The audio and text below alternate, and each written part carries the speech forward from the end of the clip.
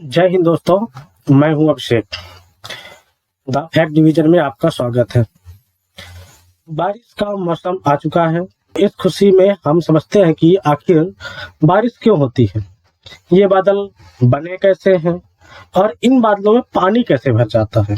आपके मन में ऐसा सवाल जरूर आया होगा कि पानी बर्फ कैसे बन जाता है, बर्फ नीचे गिरती कैसे है, ओले कैसे गिरते हैं। इन सारे सवालों के बारे में आज इस वीडियो में चर्चा करते हैं, तो अंत तक बने रहिए, आपके सारे कंफ्यूजन को दूर कर देंगे।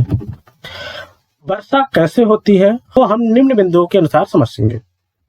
बादल कैसे बनते हैं, फिर बादल के प्रकार को समझेंगे, फिर समझेंगे बारिश कैसे होती है, वर्षा होने का कारण क्या है, और फिर समझेंगे वर्षा कितने प्रकार की होती है।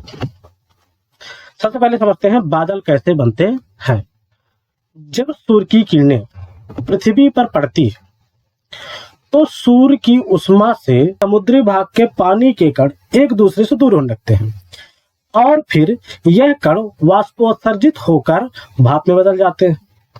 यह भाप बहुत हल्की होने के कारण धीरे धीरे आसमान की ओर जाने लगती है। देखिए यहाँ पे आप देख सकते हैं कि सूर्य है, सूर्य किरणें जब पानी पर पड़ेंगी, पानी पर भी पड़ती हैं, महासागरों पर भी और स्थल क्षेत्र में भी पड़ती है। लेकिन जब ये सूर्य किरणें पानी के क्षेत्र में, महासागरों के क्षेत्र में पड़ती हैं तो ये पानी वाष्पोत्सर्जित होने लगता है, जैसे कि और हर 1000 फीट में तापमान 5.5 डिग्री कम होने के कारण यह धीरे धीरे ऊपर जाते जाते ठंडा होने लगता है और दोबारा तरल रूप में बदल जाता है।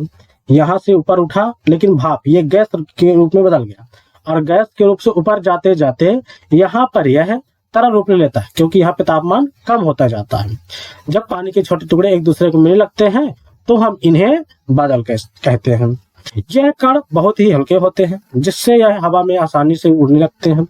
पानी के इन कणों को जमीन पर गिरने के लिए लाखों बूंदों को मिलकर एक क्रिस्टल बनना पड़ता है। बर्फ का क्रिस्टल बनने के लिए पृथ्वी के वायुमंडल में उपस्थित धुएं, छोटे पार्टिकल्स और रेत के छोटे टुकड़े और साथ ही अंतरिक्ष से आने वाले माइक्रो मेटेराइट्स सबसे महत्वपूर्ण भूमिका निभाते हैं। यानी कि छोटे छोटे कह सकते हैं टुकड़े आते हैं और इन्हीं टुकड़ों से मिलकर वह बर्फ एक रूप कर ले लेता है और वह बूंदों की तरह बन जाता है और वहां पे बादलों में इकट्ठा हो जाता है। तो इस प्रकार से बादल बन जाते हैं। अब यह बादल कई प्रकार के बनते हैं। इन बादल के प्रकार को समझते हैं, टाइप्स ऑफ क्लाउड्स। बादल 3 श्रेणी के हैं, एक है उच्च मेघ, एक है मिडिल मेघ और लो। हाई क्लाउड्स और मिडिल क्लाउड्स और लो क्लाउड्स। हाई क्लाउड्स की बात करें, सबसे ऊपरी भाग वाले बादलों की बात करें, इन बादलों के धरातल से ऊंचाई 5 किलोमीटर से 13 किलोमीटर होती है। इनमें निम्न प्रकार के बादल आते हैं। पच्छाद मेघ, सीरियस क्लाउड। ये यहाँ पे देख सकते हैं आप सीरियस क्लाउड को किस तरह से दिखाई देते हैं। ये सबसे ऊपरी भाग में स्थित होते हैं। पच्छाद मेघ वायुमंडल में सबसे ऊंचाई पर पाए जाते हैं। यह हिम के कण से बने होते हैं और ये रेसे की तरह दिखाई देते हैं। और इन बादलों के को दिखाई देना मतलब कि चक्रवात का आना होता है। अब दूसरे प्रकार के बादल है पच्छाद स्तरीय मेघ, सीरोस्ट्रेटस क्लाउड। ये यहाँ पे आप देख सकते हैं, यहाँ पे सीरोस्ट्रेटस क्लाउड्स को किस तरह से दिखाई देते हैं और ये सफेद चादर की तरह दिखाई दे रहे हैं। दुधिया रंग का होता है और ये भी चक्रवात की सूचना देते हैं। और हाई क्लाउड्स में तीसरा प्रकार है पच्छाद कपासी मेघ, यानी सीरोक्यूमुलस क्लाउड्स। ये बादल पंक्तियों में होते हैं और ये छाया नहीं बनाते हैं। इन्हें मैक कैरन स्काई भी कहते हैं। यहाँ पे आप देख सकते हैं किस तरह से समूह में बादल बने हैं और इन बादलों की वजह से यहाँ पे छाया नहीं होती है। अब आगे देखते हैं कि मध्य मेघ, मिडिल क्लाउड के बारे में समझते हैं। यहाँ पे आप देख सकते हैं मिडिल क्लाउड 2 किलोमीटर से 7 किलोमीटर के एरिया में यहाँ पे पाए जाते हैं और इसके 2 प्रकार के होते हैं। एक है स्तरीय मध्य मेघ, अल्टो स्टेटस क्लाउड्स। यहाँ पे आप देख सकते हैं अल्टो स्टेटस क्लाउड्स। ये भूरे रंग के, नीले रंग की मोटी परत के होते हैं, मोटी और इन बादलों के दिखाई देने से वर्षा होने की संभावना बनी रहती है। और दूसरे प्रकार के बादल है कपासी मध्य मेघ, अल्टो क्यूमुलस क्लाउड्स। ये मेघ भूरे रंग के होते हैं, कुछ सफेद होते हैं, इनमें परतें पाई जाती हैं, ये लहरों के रूप में बिखरे रहते हैं और इन मेघों को पताखा मेघ भी कहते हैं। यहाँ पे आप देख सकते हैं। अब आगे तीसरे स्तर को, निम्न स्तर की को देखते हैं, लो क्लाउड्स को देखते हैं। ये 0 किलोमीटर से, यानी कि हमारे 0 किलोमीटर से 2 किलोमीटर तक पाए जाते हैं। पहला है स्तरीय कपासी मेघ, स्ट्रोक्यूमुलस क्लाउड। यहाँ पे आप देख सकते हैं स्ट्रोक्यूमुलस क्लाउड को। ये गोलाकार होते हैं और समूह में लहरों के रूप में दिखाई देते हैं। ये 2500 से 3000 मीटर की ऊंचाई तक होते हैं। दूसरा है स्तरीय मेघ, स्ट्रेटो क्लाउड। स्ट्रेटो क्लाउड को आप यहाँ पे देख सकते हैं। स्ट्रेटो क्लाउड्स को यहाँ पे, ये निम्न प्रकार के बादलों को प्रतिनिधित्व करते हैं। ये आकाश को कोहरे की भांति ढक लेते हैं। इनके बिखरने से आकाश नीला दिखाई देने लगता है और ये खंडित रूप में रहते हैं। यहाँ पे आप देख सकते हैं और यहाँ पे आप देख सकते हैं इसे। तीसरा है वर्षा स्तरीय मेघ, निम्बो स्ट्रेटस क्लाउड। ये मेघ निचले स्तर के होते हैं और इनमें जल भरा होता है और यह सबसे ज्यादा जल का धारण किए रहते हैं। अगला है कपासी मेघ, क्यूमुलस क्लाउड। कपासी मेघ घने एवं विस्तृत रूप से फैले होते हैं और ये धुनी रुई के समान दिखाई देते हैं और इनके दिखाई देने का मतलब है मौसम साफ रहने का आभास होता है। अगला है कपासी बरसी मेघ। इन बादलों का रंग गहरा एवं आकृति धुआंधार होती है। इनके शीर्ष भाग पर्वत के समान गुंबदाकार होते हैं और तेजी के बौछार के साथ वर्षा होती है इनसे, और बिजली का गरजना इन्हीं बादलों से स्पष्ट होता है। आप देख सकते हैं ये है स्ट्रेटस, ये है क्यूमुलस, ये स्ट्रेटो क्यूमुलस, ये निम्बो स्ट्रेटस है और यह है क्यूमुलस निम्बस। अब हम समझते हैं कि बारिश कैसे होती है। अभी हमने समझ लिया कि बादल कैसे बना और बादल कितने प्रकार का हुआ। अब बारिश कैसे होती है।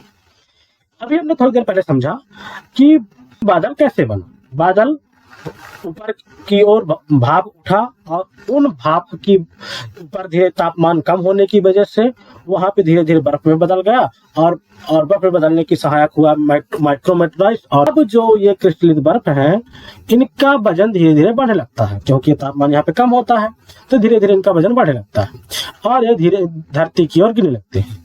जैसे जैसे ये बर्फ नीचे गिरने लगते हैं तापमान बढ़ता जाता है। नीचे की ओर तापमान ज्यादा है तो तापमान बढ़ने के कारण ये धीरे धीरे छोटी छोटी पानी की बूंदों के रूप में बदल जाते हैं और हम इसी को कहते हैं बारिश। और ये कई प्रकार से होते हैं। जब ये तरल रूप में गिरते हैं तो हम इन्हें बारिश कहते हैं। यानी ये साधारणतः जल के रूप में, जल के बूंदों के रूप में नीचे गिरते हैं तो इसे हम साधारण बारिश कहते हैं। इस तरह की से देख सकते हैं। लेकिन वही जब यह तरल रूप के बदले ठोस रूप में गिरे तो हम इसे कहते हैं हिमपात। ये है हिमपात, यहाँ पे देख सकते हैं ये हिमपात है। बारिश के साथ साथ बर्फ के टुकड़े भी गिरने लगे तो हम इसे ओले का गिरना कहते हैं। आप यहाँ पे देख सकते हैं किस प्रकार से ओले गिरे हुए। आप इसने जरूर इसे देखा होगा। और जब हम छोटे छोटे हो रहते थे इनको बिन बिन कर खा भी लिया करते थे, आपने भी खाया होगा। और साथ ही सर्दियों में बहुत ही छोटी बूंदों में, बहुत ही छोटी छोटी बूंदों में सर्दियों में आपने देखा होगा, जिसे हम ड्यू यानी ओस कहते हैं इनको। ये एक प्रकार की बारिश ही है, क्योंकि यह बादल में उपस्थित जल नीचे की ओर गिरता है, जिसकी वजह से ये ओस के रूप में हो जाते हैं। तो आप समझ ही गए होंगे कि बारिश कैसे होती है। इसमें अभी भी कोई आपको डाउट लगता है तो आप हमसे कमेंट की सहायता से पूछ सकते हैं। अब वर्षा क्यों होती है, इसका कारण क्या है, उसको देखते हैं। बारिश कभी भी एक स्थान पर हर जगह नहीं होती है, हर जगह समान नहीं होती है। धरती पर बहुत सी प्रक्रियाएं हैं जिसके कारण कई स्थानों पर बारिश होती है और उन प्रक्रियाओं में सबसे महत्वपूर्ण है मानसून। इस मानसून की वजह से एक ही इलाके पर लगातार रुक रुक कर बारिश होती रहती है। और बारिश कहाँ पर कितनी होगी इसका कारण है समुद्र से तल से दूरी, एक तो कारण हो गया। दूसरा है वहां पे पेड़ पौधे कितने हैं, कितनी ज्यादा मात्रा में है, हवा कैसे बह रही है, किस ओर बह रही है, और उस स्थान की पहाड़ से दूरी क्या है। क्योंकि ये बादल जब आगे की ओर बढ़ते हैं और बढ़ते बढ़ते यह जाकर पहाड़ों से टकराकर ही बारिश करवाते हैं। समुद्र से दूरी, यहां से क्या होगा कि यहां से बादल बनेंगे और आगे की ओर बढ़ेंगे। कितना दूरी पर है, वहां पे जल की मात्रा कितनी पहुंच पाती है, ये सबसे ज्यादा इंपॉर्टेंट होता है। दूसरा पेड़ पौधे वर्षा के जल को खींचते हैं। और दूसरा हवा के बहने का तरीका, हवा से ही बादल एक स्थान से दूसरे स्थान तक बहते हैं। और हवा कैसे बहेगी, हवा हमेशा उच्च दाब से निम्न दाब की ओर बढ़ती है और पहाड़ों से टकराकर बारिश करते हैं, इसलिए पहाड़ों से दूरी भी इसमें मैटर करती है। अब वर्षा कितने प्रकार की होती है। सबसे पहली प्रकार की होती है संवहनी वर्षा। ये साधारण और यह ऊपर की ओर उठी और यहाँ पर तापमान कम होने की वजह से यह तरल रूप में, तो यह तरल रूप में हो गई और इसके बाद यह बारिश होने लगती है, तो यह संवहनी वर्षा कहलाएगी। दूसरा है पर्वतीय वर्षा। पर्वतीय वर्षा यहाँ पे समुद्र स्थल से चलने वाली बादल की जब दिशा में पर्वत आ जाते हैं और पर्वत के सहारे उठने लगते हैं और अधिक ऊंचाई पर पहुंचने पर हवाएं ठंडी होकर बादलों पर वर्षा करती हैं, इसे पर्वतीय क्षेत्र कहते हैं।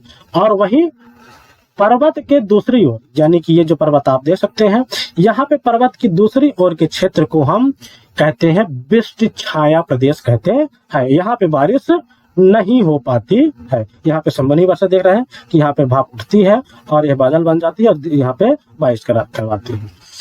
अगला है चक्रवाती वर्षा। चक्रवाती वर्षा कैसे होती है, यहाँ और ठंडी हवाएं चारों ओर से उच्च दाब के क्षेत्र से दूसरी ओर जाती हैं।